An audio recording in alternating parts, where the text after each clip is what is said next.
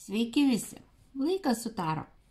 Mano vardas Neringa ir šiandien kviečiu jūs pasižiūrėti 3 kortų skaitymus, tema kaip tu ten, kas jo gyvenime vyksta naujo. Manau, kad atėjo laikas padaryti šitą būrimą iš naujo, pasižiūrėti, kokiomis energijomis, kokiomis mintimis gyvena jūsų mylimas arba jūs dominantis vyras. Ir jeigu jums tai aktualu, kviečiu žiūrėti. 1., 2. ir 3. variantas. Primenu, kad tai apibendrinti bendri kortų skaitimai. Jie gali skirtis kažkokiamis tai detalėmis nuo jūsų situacijos, bet kiekviena mintis, kiekviena jūsų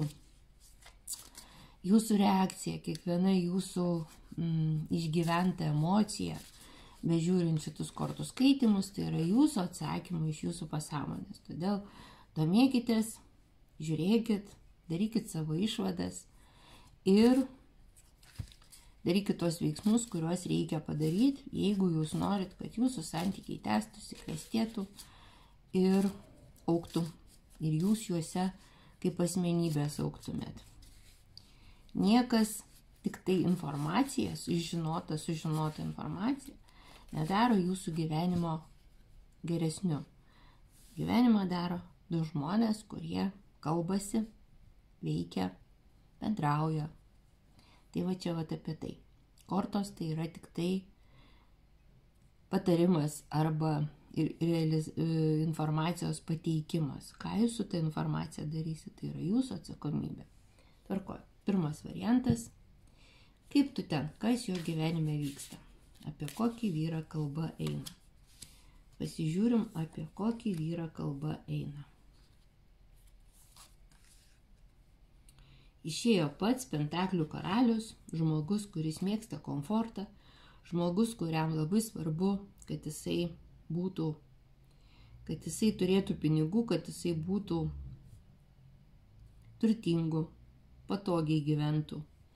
Jam svarbu materialinis pasaulis.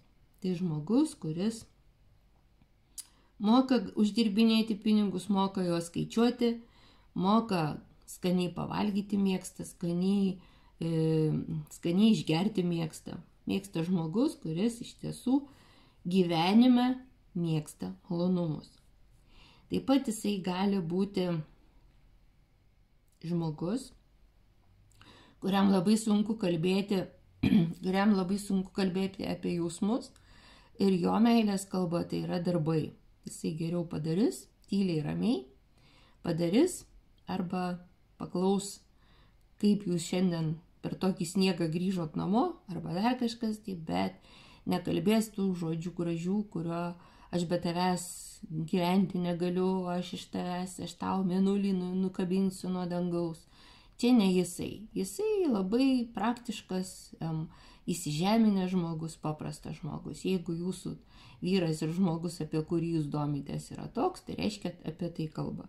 Taip pat jo dabartinė būsena ir energetika kalba apie tai, kad jisai pats gyvena praeitimi, praeities prisiminimais ir tarsi šita situacija čia ir dabar jam neleidžia arba nepakankamas motyvas padaryti kažkokį tai sprendimą. Jisai delsia tą sprendimą padaryti, negali. Renka visus pliusus ir minusus, negali nuspręsti labai greitai ir konkrečiai, nes tarsi praeitis jį stabdo arba praeities prisiminimai jam neleidžia kažkokio tai pamatyti šitą situaciją taip, kaip yra. Jisai truputėlį romantizuoja, sakyčiau, tą praeitį. Ir dabar tai būtent irgi kažkoks laukimas ir atidėliojimas jam jau galbūt pačiam netgi kelia šiokias tokias abejonės. Tuo mes ir pasižiūrėsim, kuo dabar užimtos jo mintys. Kuo užimtos dabar jo mintys, apie ką jisai galvoja. Jo mintys užimtos apie naujus projektus, apie naujas galimybės, kurios vyksta ne taip, kaip jam reikia, ne taip greitai, kaip jisai nori. Arba ne tokį pelną neša, kokie jisai tikisi. Bet kuriuo atveju jisai svarsto galbūt su kuo ateinančiais metais bendradarbiauti. Galbūt pats galvoja, kad jam iš tokio pentaklių karaliaus verčiau tapti kardų karaliumi, kuris veiklus žmogus, ne skaičiuoja pinigus, ne ten delsia kažką, tai, o greitai nusprendęs veikia. Tai toksai jo dabar mintis apie jo galimybę, kuri galbūt atrodė per daug, kaip čia pasakyti, ne tik tai, kad per daug, bet atrodė labai potencialą didelį turinti, bet reikia veikti dabar čia ir dabar, o tarsi yra toksai negalėjimas, aplinkybės klostosi ne taip palankiai arba ne taip greitai, kaip jisai norėtų. Bet kuriuo atveju jisai užsiėmė savo veiklą, savo bendradarbiavimu arba su kolega vyru, arba su kažkokiais tai žmonėmis, kurie yra daug veiklesni. Ir jeigu jisai, tarkim, įmonės vyriausias buhalteris, jisai laukia vadovo ženklo, kada galima tą padaryti, bet vadovas to nedaro, kažkokį tai neduoda kažkokios, tai vėlgi, nežinau, konkrečios užduoties ir jisai delsia. Ir tas delsimas tarsi supranta, kad kuo labiau dels, tuo mažesnis potencialas bus, tuo mažiau pinigų bus. Vat kažkas tokio, bet kuriuo atveju kalba eina apie jo verslą, apie jo reikalus. Kokia vieta jo pasaulyje ir kokia vieta jo mintyse užima jūsų santykiai? Santykiai su moterimi, kuri žiūri šį būrimą. Šį būrimą. Čia ir dabar jūs esat per atstumą. Jūs esat jo maža mergaitė, jo mylima taurių karalienė. Tai yra moteris, kuri gyvena emocijomis. Moteris, kuri tikrai norėtų, kaip sakoma, išgerti iš jos emocijos taurių, kai jinai švelniai čiulba jam jausi tuos meilės žodžius apie savo aistrą, apie savo emocijas, savo jausmus ir apie tai, kaip jinai džiaugiasi, kad jisai yra jos gyvenime. Jūs jam užimat tą vietą, kuri užpildot jį emocijomis. Jaučiat, kaip čia, jūsų buvimas šalia jį daro labai tingiu, jausmingu, kiek jau jisai gali tą jausmingumą parodyti ir patenkintų. Jam gera, kai jūs šalia. Jūs gera, kad jūs turi. Bet čia ir dabar 3 kortos kalba apie tai, kad jūs esat ne vienoj, kaip čia, ne vienoj erdvėj, ne vienuose namuose. Tarp jūsų yra atstumas. Tarp jūsų yra kažkoks tai aplinkybė susiklostė, kad jūs negalit būti kartu. Aplinkybė susiklostė taip, kad jūs tarsi visos pastangos susitikti, atvažiuoti, dar kažką atidėlioti reikia, tenka atidėlioti dėl kažkokių tai aplinkybių. Kažko tai trūksta, kažkokio to impulso, žinot, sėdau ir atvažiavau. Nėra. Yra aplinkybės, kurios negalima ignoruoti arba negalima nuneigti. Bet tai, kad jisai apie jūs galvoja ir tai, kad jisai jūsų ilgisi, tai faktas. Ar galvoja apie jūs rytą, dieną ir vakare? Ar galvoja apie jūs šitas vyras rytą, dieną ir vakare? Rytą jisai galvojo apie vėlgi tuos planus arba tas susidėliojusias aplinkybės, kurias negali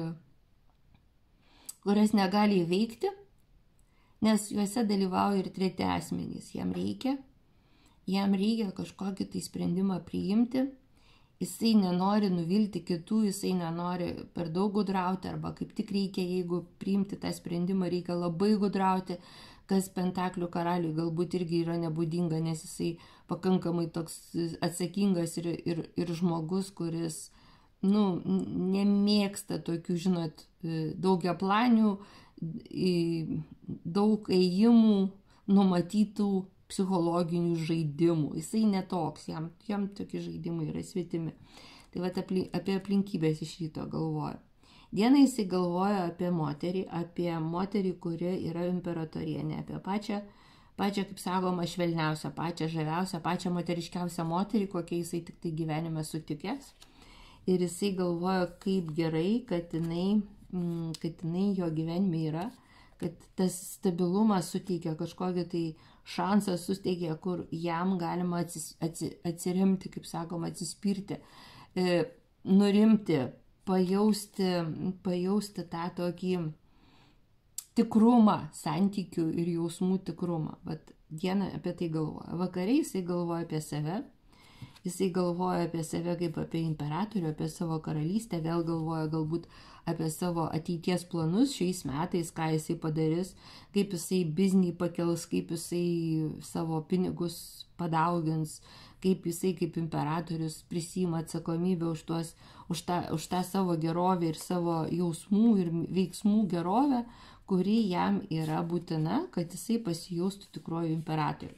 Taip pat jisai galvoja apie tuos įsipareigojimus, kad kartais galbūt jam ne visi tie įsipareigojimai patinka, arba ta veikla, kurią jisai dirba, jau jam atsibodus truputėlį ir jį verčia truputėlį, kaip sakoma, nuogąstauti, kad daugiau atima jėgų negu duoda rezultato, bet kuriuo atveju jisai galvojo, ką galėtų padaryti kitaip, kad jo gerovė, kad jisai pats kaip žmogus būtų patenkintas savo gyvenimu ir galų gale taptų savo gyvenimo šeimininku. Galėjo taip pat vakare galbūt ir pavartoti kažkaip tai alkoholio ir atsijungti arba būtent nuo to streso pabėgti. Tai vat apie tokį žmogų mes kalbame. Ar kalba jisai apie jūs su kitais? Jeigu taip, tai ką? Ar kalba jisai, šitas vyras, apie jūs su kitais žmonėmis?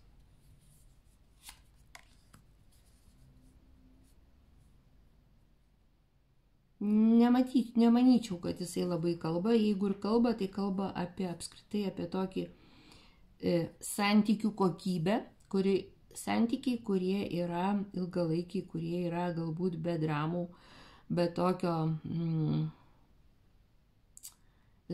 Kartmano trikampis, tai yra psichologinis trikampis, kai yra tas auka, persekiotojas ir gelbėtojas. Tai vat jisai galbūt, jeigu ir kalba, tai jisai kalba ne būtent apie jūs, o apie santykių kokybę, santykių vertę kiekvieno žmogaus gyvenime. Kaip santykiai, kurie gali būti vėlgi emociškai lengvi ir patogus ir ilgalaikiai gali sustiprinti paties, kaip sakoma, žmogaus tokį užtikrintumą arba asmenybės sustiprinti. Jeigu ir kalba, jeigu vis tik kalba su kažkokiu tai skeptrų karaliumi, tai kaip ir sakiau, tai yra pokalbis apie santykių kokybę ir vertę kiekvieno vyro, kiekvieno žmogaus gyvenime. Vat apie tai kalba. Jo žinutė jums, jeigu būtų atviras ir drąsus. Kokią jums norėtų žinutę jisai pasakyti, pranešti apie tai, jeigu jisai būtų maksimaliai atviras su jumis ir drąsus.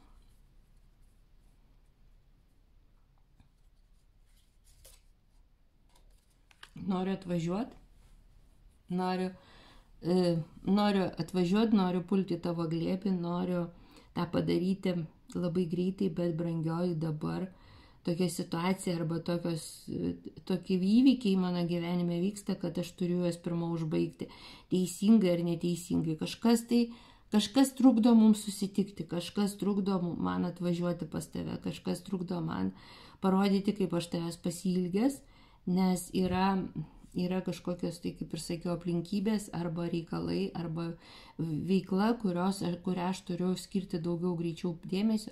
Kai tik tai aš tai užbaigsiu, aš būtinai atsirasiu ant tavo slenksčio ir parodysiu, kaip esu pasiilgęs ir kaip man reikia tavo energijos. Ir aš pasiruošęs tau įrodyti ir, kaip sakoma, visais įmanomais ir neįmanomais būdais, kad tu tikėtum, kad aš esu patikimas, kad mes tęstumėm savo santykius. Vat apie tokį gražų, kaip sakoma, tokią gražią žinutę jisai jums siunčia. Jeigu jums tiko ir patiko, tai dėkui, kad buvot su pirmu variantu. Toks buvo, kaip tu ten, kas jo gyvenime dabar vyksta, buvo pirmas variantas. Žiūrim, apie ką kalba antras variantas. Kaip tu ten, kas jo gyvenime vyksta. Apie kokį žmogų, apie kokį vyrą mes kalbėsim apie antram variante kortos.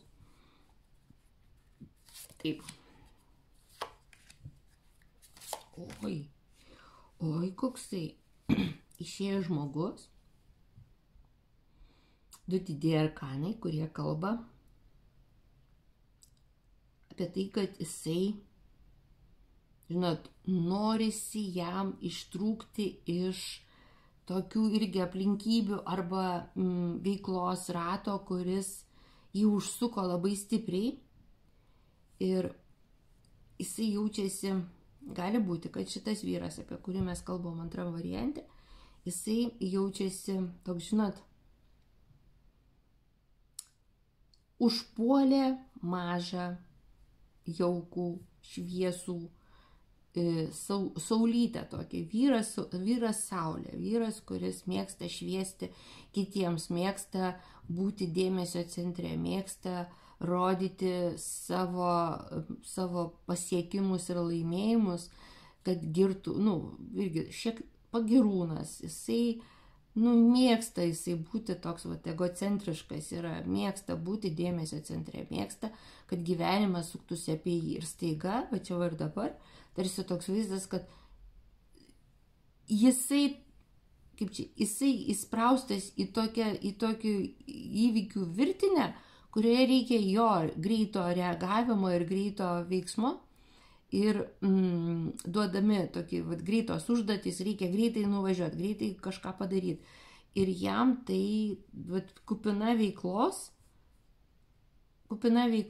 kupinos veiklos dienos arba emocijos arba būsenos, bet jisai tose veiklose, sakyčiau, jo nėra, suprantat, vien tik tai iš jo reikalauja, o jo saulė tokia, o tai kas man, o tai kada aš, o tai aš ir tą turiu pasakyti, ir tą padaryti, o kada man jau čia prasidės, toksai truputėlį, žinot, jau pradeda jį erzinti reikalai, kurie susiplakė į vieną po naujų metų arba po švenčių, ir jam tarsi, norisi ištrūkti iš to.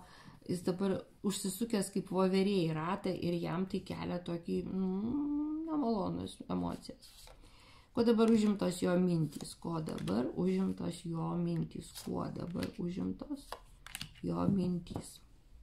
Galvoja apie Pentaklių karalienę, galvoja apie moterį, kuri yra jauki, šeimininkė, šeiminiška, praktiška, įsižeminus, rami, nurimusi.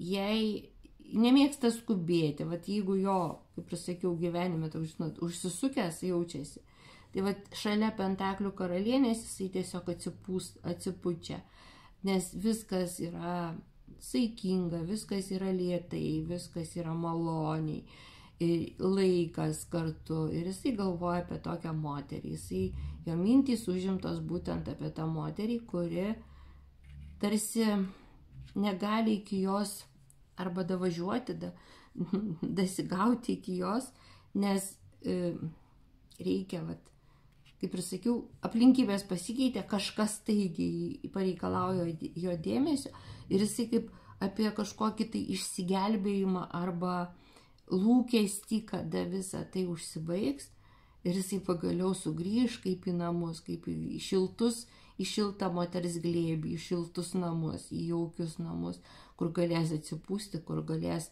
nebeskubėti, kur galės būti, pasijausti laukiamų ir mylimų.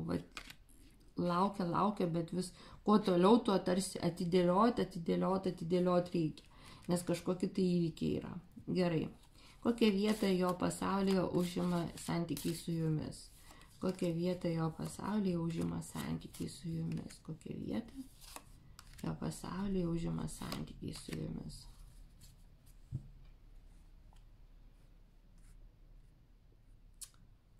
Atstumas.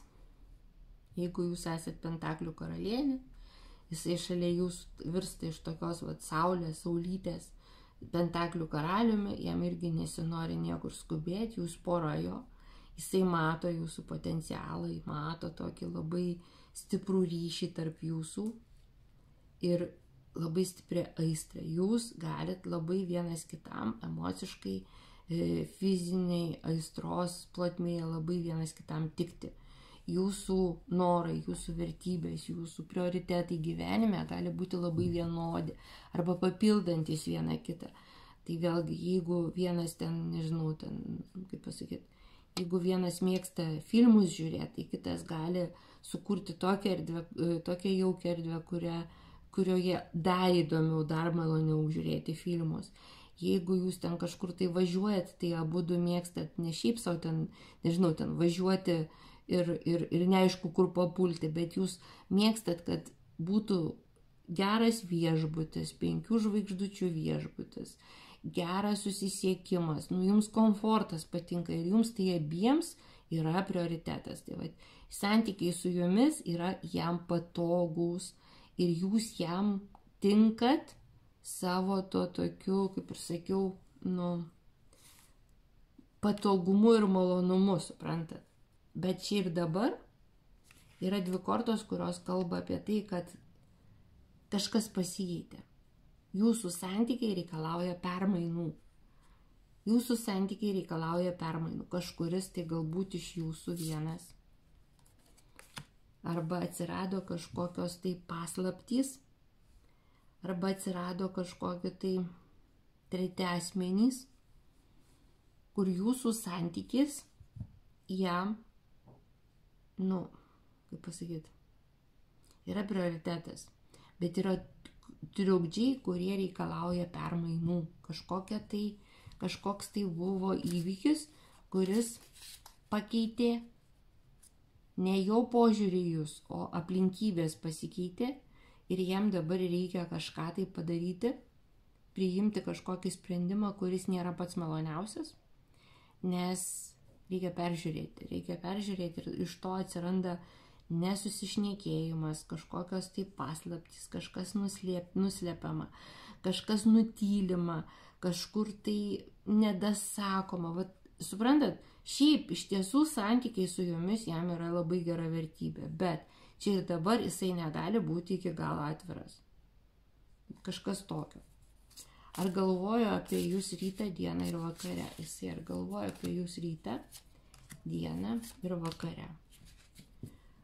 Rytą jis galvoja apie tai, kaip jam blogai, koks jisai vargšas, koks jisai galėjo būti panikos ataka.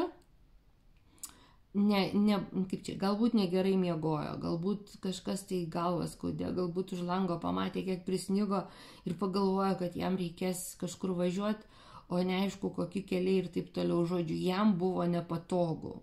Iš ryto jam buvo labai nepatogu ir labai tokia, baimė ir toksai nemalonumas. Dieną jis dar labiau suprato, kad yra aplinkybių įpainiotas į kažkokias tai erdves ir replikas, į kurias nenorėtų būti. Norėtų iš ten ištrūkti, pabėgti, bet negali. Vien tik tai todėl, kad yra aplinkybių, ką reikia spręsti. Nėra galimybių dėlsti, reikia spręsti. O pačiam spręsti tarsi nelabai ir norisi, nes norisi kažkas tai, kad padėtų, bet nėra kas padėti, nes viskas yra tarsi ant jo pečių. Ir jisai jaučiasi toksai, kaip ir sakiau, toksai aplinkybių gniaužtuose, kur reikia veikti. Nėra ko dėlsti.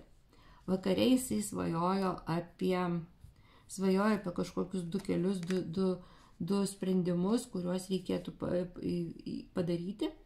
Tai ir gali būti, kad svajojo apie irgi moterį, su kuria norėtų susitikti ir tikrai galvojo apie moterį, kuri yra jo taip pat mylima moteris ir norėjo papulti jos glėbį ir, kaip sakoma, pasimylėti su ja, tikrai norėjo vakare. Jam tai buvo labai aktualu. Ar kalba jis apie jūs su kitais? Jeigu taip, tai ką? Ar kalba jis apie jūs su kitais? Ne, jisai bent jau jūsų asmeninį ryšį jisai laiko tik savo, paslaptyje ir niekam apie tai nesako. Jūsų ryšį, jūsų meilės romaną, jūsų santykius jisai laiko paslaptyje ir su niekuo apie tai nešneka. Jo žinutė jums, jeigu būtų atviras ir drąsus. Jo žinutė jums, jeigu jisai būtų atviras ir drąsus, ką jis parašytų, ką jis pasakytų. Jo žinutė jums.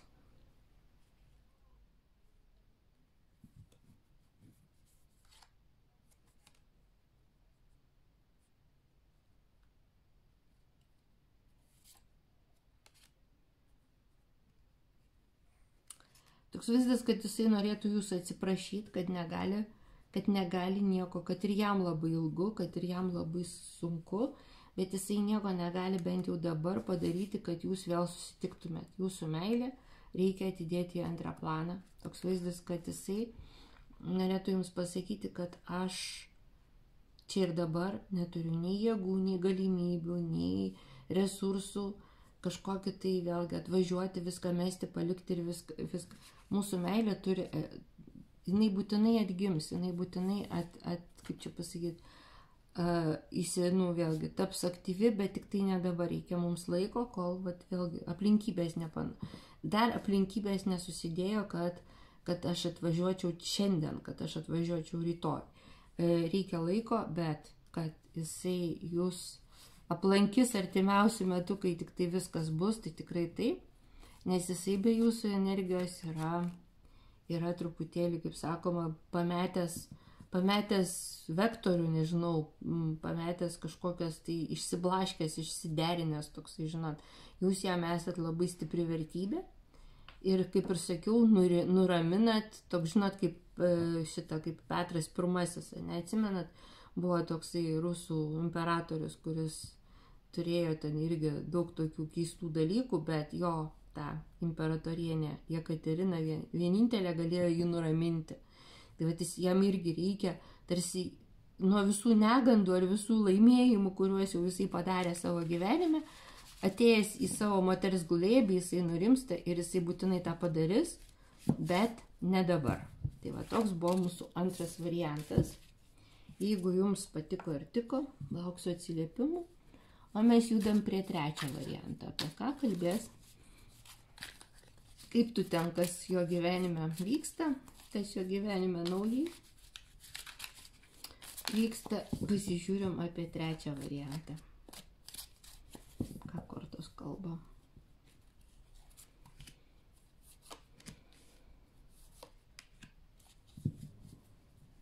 Vyras, kuris nori pasauliui pranešti apie savo laimėjimą ilgą laiką jisai dėlsi, ilgą laiką jisai kaupė informaciją, laukė, laikė paslaptyje ir staiga dabar jisai nori visam pasauliu paskelbti, kad jisai kažką laimėjo, kad jisai kažkur tai, ar tai laimėjo kažkokį tai, nežinau, pinigų išlošė. Kažkas jisai pats jaučiasi laimėjęs didelį pripažinimą ir didelį džiaugsmą vidinį turi savyje, būtent dėl reikalo, kurį ilgą laiką slėpė ir delsė ir ilgalaikis. Kažkoks tai rezultatas atėjo ilgą laiką jo brandintas ir saugotas ir puoselėtas ir staiga jisai dabar norėtų visam pasauliu paskelbti, kad jisai laimėjo. Tokia jo nuotaika. Kuo dabar užimtos jo mintys?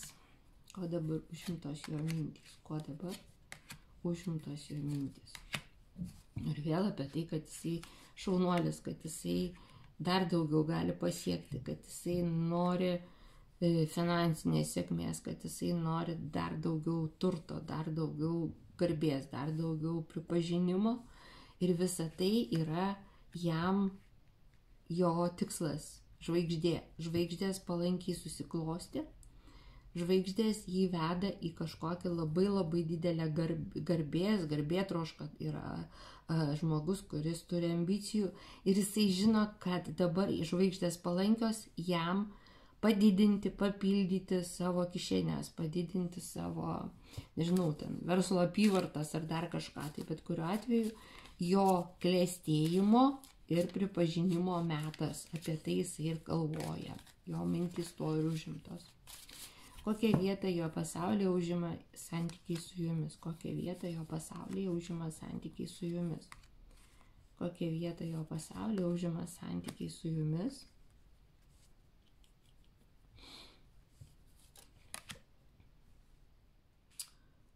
Va čia įdomi labai situacija, nes kalba, kad apskritai, kad jokių santykių tarp jūsų ir nėra.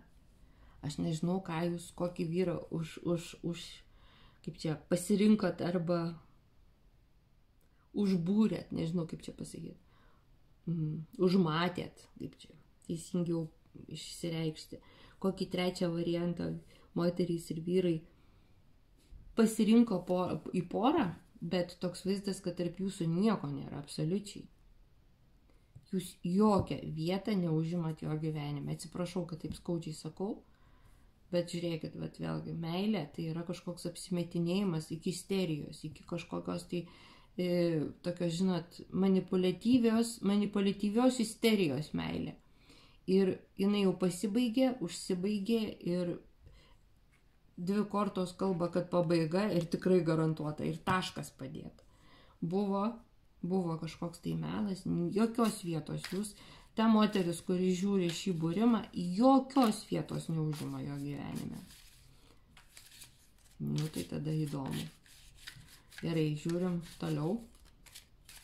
Ką galvojo vyras ryte, ką galvojo vyras dieną ir ką galvojo vyras vakare. Ir vėl jisai galvoja apie tai, kad ryte jam reikia atnaujinti arba atgaivinti atgimimo, kaip čia, dar daugiau atnaujinti santykius, kurie jam yra naudingi, kuriam jam reikalingi, kad jisai dar labiau suklestėtų. Apie save galvoja. Dieną jisai galvoja apie tai, koks jisai protingas, koks jisai šaunuolis. Aš šaunuolis, kas šaunuolis, aš šaunuolis. Dieną jisai galvoja apie save, kaip apie kardų karalių, kuris yra labai veiklus, labai savimi patenkintas, veiklus žmogus, žodžio žmogus, darbo žmogus, žodžiu. Jisai galvoja apie save ir pačiu geriausiu, pačiu tokiu, kaip čia pasakyti, besididžiuodamas savo darbais atliktais ir besididžiuodamas savo aktyvumu, apie tai dieną galvoja. Vakare jisai galvojo apie tuos žaidimus ir tuos ne visai teisingus žaidimus, kurie yra paremti tokia irgi, savanaudiškumu arba nauda. Žodžiu, jisai galvoja apie tai, kaip apgauti, kaip jį apgavo, kaip jisai apgavo. Žodžiu, kažkas tai tokio labai, kaip irgi apie save ir apie savo tamsius reikalus ir juodus darbus galvoja šitas vyras vakare. Ar kalba jisai su jumis, ar kalba jisai apie jūs, apie jūsų santykius, apie jūs su kitais, ar kalba apie tai, kas tarp jūsų buvo su kitais? Ne?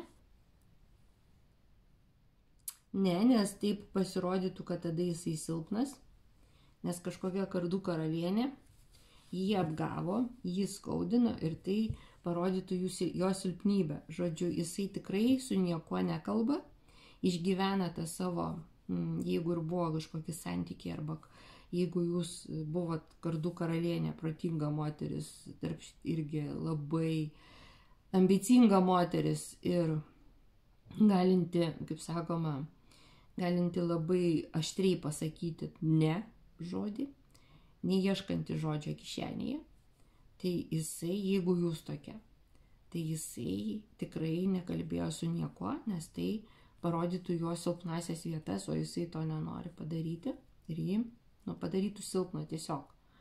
O jeigu ir nesat jūs, tai tada kažkokia šalia jo yra galbūt karalienė, kardų karalienė, tai yra, nežinau, jo viršininkė, mama, sesuo, kažkas moteris irgi nenori pasirodyti prieš ją labai silpnas arba pažįsta širdimi, todėl su nieko jisai nekalbėjo. Va. niekam neskelbė savo gėlos ir savo skausmo. Jo žinutė jums, jeigu būtų atviras ir drąsus, ką jis pasakytų. Jo žinutė jums, jeigu jisai būtų maksimaliai atviras ir drąsus, ką jis pasakytų.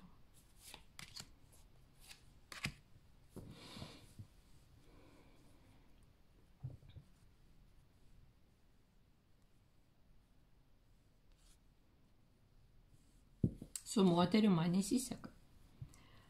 Moteris aš pastoviai nuviliu vien tik tai todėl, kad aš pažadėdamas daug nedarau nieko. Arba netgi susidomėjęs, stipriai susidomėjęs moterimi, aš nepadarau nei minimaliai net tų veiksmų, kurio reikėtų padaryti, kad moteris patikėtų manim, kad moteris išgirstų mane ir